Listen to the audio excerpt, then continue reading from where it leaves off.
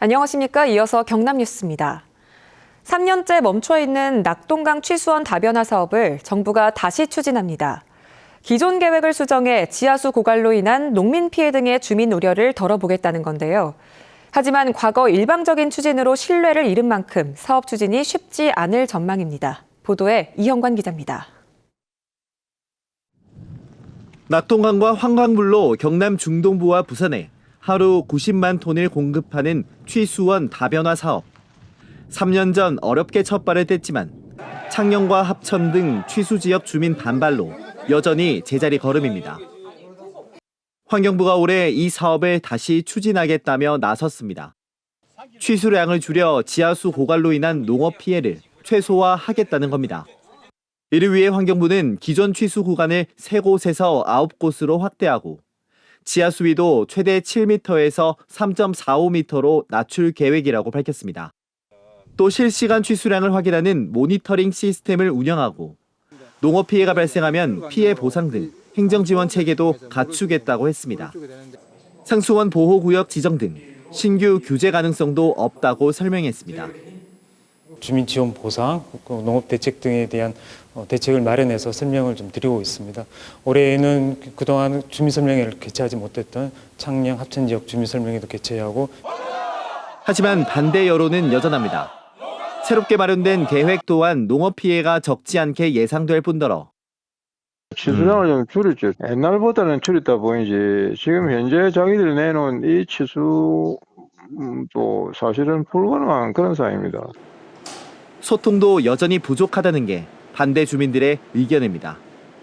전혀 근거가 없는 얘기고 못 믿습니다. 정부 자체를. 한 1년 동안 전혀 소통 없다가 또 이렇게 또 터뜨리잖아요. 이르면 다음 달부터 개최될 주민 설명회가 정부와 주민 사이 신뢰가 형성될 계기가 될지 주목됩니다. KBS 뉴스 이형관입니다. 승마라고 하면 아무래도 경주마를 떠올리다 보니 일반인들은 접근하기가 쉽지 않았습니다. 정부가 경마 위주에서 지역 관광과 승마를 결합한 승마 트레킹으로 말 산업을 육성한다는 계획입니다. 배수영 기자가 보도합니다. 10대 승마 교육생이 말타기 연습에 한창입니다. 단순히 말을 타는 걸 넘어 틀을 고르고 먹이도 주면서 말과 교감하는 색다른 경험을 하기도 합니다. 창원과 사천 등에서도 승마 강습을 찾는 이들이 또 다른 생활의 활력을 즐기기도 합니다. 되게 성격이 내성적이었고 엄청 소심했는데 말을 타게 되니까 애들과 교감을 하고 해서 성격이 되게 밝아졌어요. 그동안 말 산업은 경주마를 위주로 한 경마 중심으로 육성됐습니다. 하지만 코로나19 영향과 경마 인기가 줄면서 하만 승마공원에서는 3년 넘게 경주마 생산마저 중단한 실정. 자마는 지금 여러 여건상 지금 생산을 못하고 있는 상태고 그 인력을 지금 상태로는 이제 휴양마가 지금 늘어나고 있는 추세라 그쪽에다가. 정부와 지자체는 승마를 전문 스포츠가 아닌 레저 문화로 정착시킨다는 계획입니다.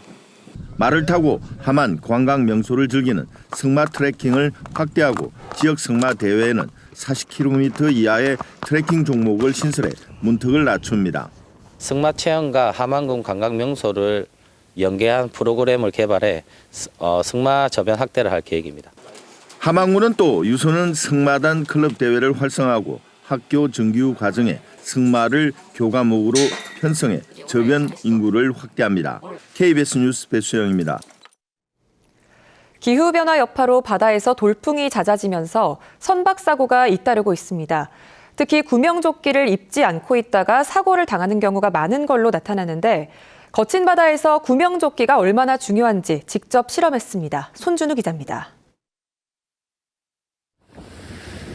사고 선박에서 검은 연기가 쉴 새 없이 뿜어져 나옵니다. 불길을 피해 바다로 뛰어든 선원 7명이 실종됐는데 모두 구명조끼를 착용하지 않은 것으로 조사됐습니다. 구명조끼의 중요성을 알면서도 일할 때 방해가 된다는 이유로 착용을 꺼리는 경우가 많습니다. 긴장감과 또 이렇게 또 집중력을 요하는 그런 상황에서 활동성이 좀 저하되기 때문에 2019년부터 5년 동안 일어난 해양사고 인명피해를 분석해봤더니 무려 81%가 구명조끼를 착용하지 않는 것으로 나타났습니다. 풍랑주의보 기준인 3m 높이의 인공파드를 만들어 실험해봤습니다. 똑같은 인체 모형 2개 중 하나에만 구명조끼를 입혀 던졌습니다. 거친 파도를 맞으면서 20초가 지나자 몸이 젖어버린 모형 하나가 순식간에 가라앉습니다. 구명조끼를 착용한 모형은 파도를 타고 넘으며 버텨냅니다. 바다에 빠졌을 때 체온 손실을 막는데도 구명조끼는 도움이 됩니다. 구명조끼를 착용한 뒤에도 구조대가 오기 전까지 체온 유지 자세를 취하는 게 중요합니다. 13도에서는 1시간을 버티기 힘듭니다. 그런데 구명조끼를 입으면은 그 배로 버틸 수가 있습니다. 그래서 구명조끼의 그 소중함을 꼭. 해경은 생사가 갈리는 조난 상황에서는 구명조끼 착용 여부에 따라 구조와 대응 방법까지 달라진다며 구명조끼의 중요성을 강조했습니다. KBS 뉴스 손준수입니다. 봄을 맞아 농촌에서는 본격적으로 영농을 시작하는데요.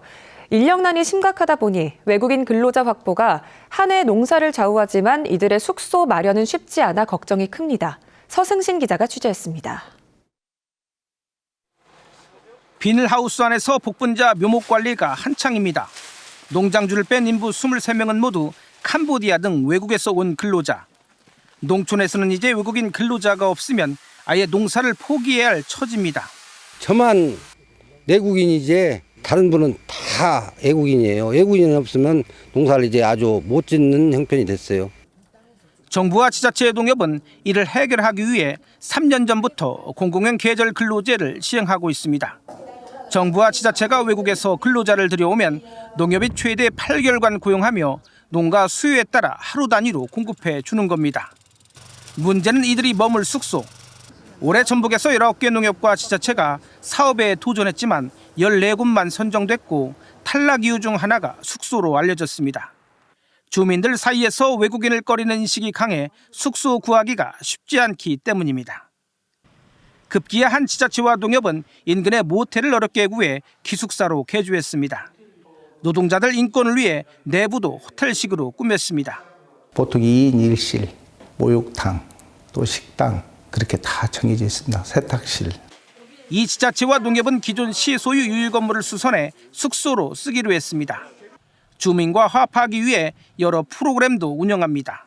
한 달에 한 번씩 같이 어울리는 어울림마당이라든가 아니면 동네 마을 잔치라든가 그런 행사, 또 어버이날 같은데 같이 모여가지고 이렇게 식사도 하면서. 올해 전북도가 확보한 외국인 공공형 계절 근로자는 540명으로 지난해보다 80명이 늘었지만 여전히 부족합니다. 이제는 변수가 아닌 상수가 돼버린 농촌의 심각한 인력난.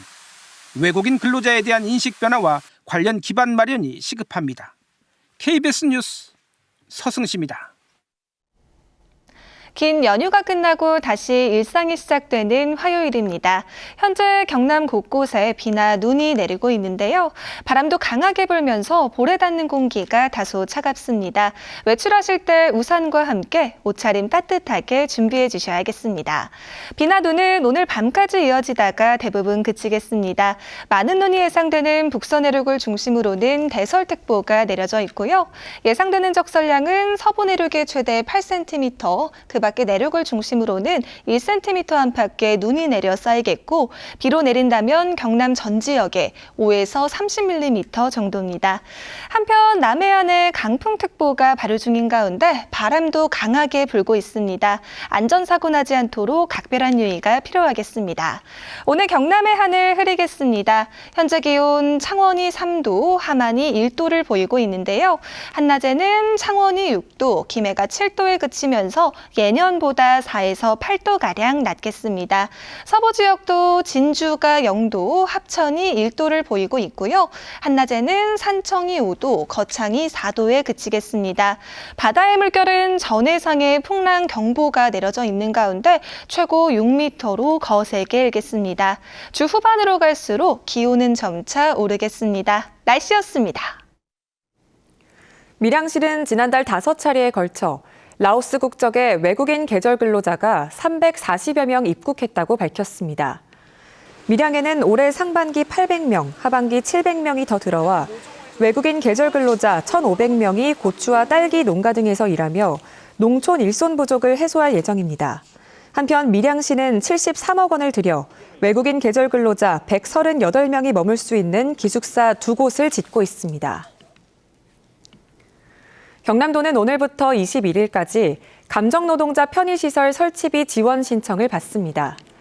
지원 대상은 콜센터 상담원과 판매원이 일하는 기업과 기관, 단체 등으로 편의시설 한 곳당 최대 500만 원까지 쉼터를 새로 만들거나 고치고 정수기와 탁자 등 필요한 물품을 살 수 있도록 지원합니다. 경남도는 2020년부터 감정노동자 편의시설 설치비를 지원해 현재까지 32개 사업장에 쉼터 설치를 지원했습니다. 인제대학교 백인재 기념도서관이 한국도서관협회가 주관하는 한국도서관상 단체상을 받았습니다. 한국도서관상은 도서관 발전에 이바지한 개인과 단체에 수여되는 상입니다. 인제대는 지난해부터 전국 사립대 가운데 최초로 주말에 사설을 상주시켜 도서 대출과 반납, 정보 서비스를 제공하는 열린 도서관 운영 모델을 도입했습니다. 경남도와 부산식약청, 교육청 등이 봄 새학기를 맞아 오늘부터 3주 동안 학교와 유치원 급식소, 식재료 공급업체를 대상으로 식품위생 합동 점검을 실시합니다. 이번 점검에서는 소비 기한을 제대로 지키는지, 냉동과 냉장 제품을 기준에 따라 잘 보관하는지 등을 확인합니다. 또 합동 점검 때 노로바이러스 등 식중독 예방 수칙을 실시하고 식중독이 생길 수 있는 제품 60건을 수거해 식중독 검사도 함께합니다. 지난 1월 경남의 준공후 미분양 주택이 2021년 3월 이후 3년 10개월 만에 2,000가구대로 올라섰습니다. 국토교통부 자료를 보면 지난 1월 경남의 준공후 미분양 주택은 2,032가구로 한 달 전보다 250여 가구 늘었습니다. 시군별로는 창원이 780여 가구, 거제 250여 가구, 김해 240여 가구, 사천이 190여 가구 순입니다. 뉴스를 마칩니다. 시청해주신 여러분 고맙습니다.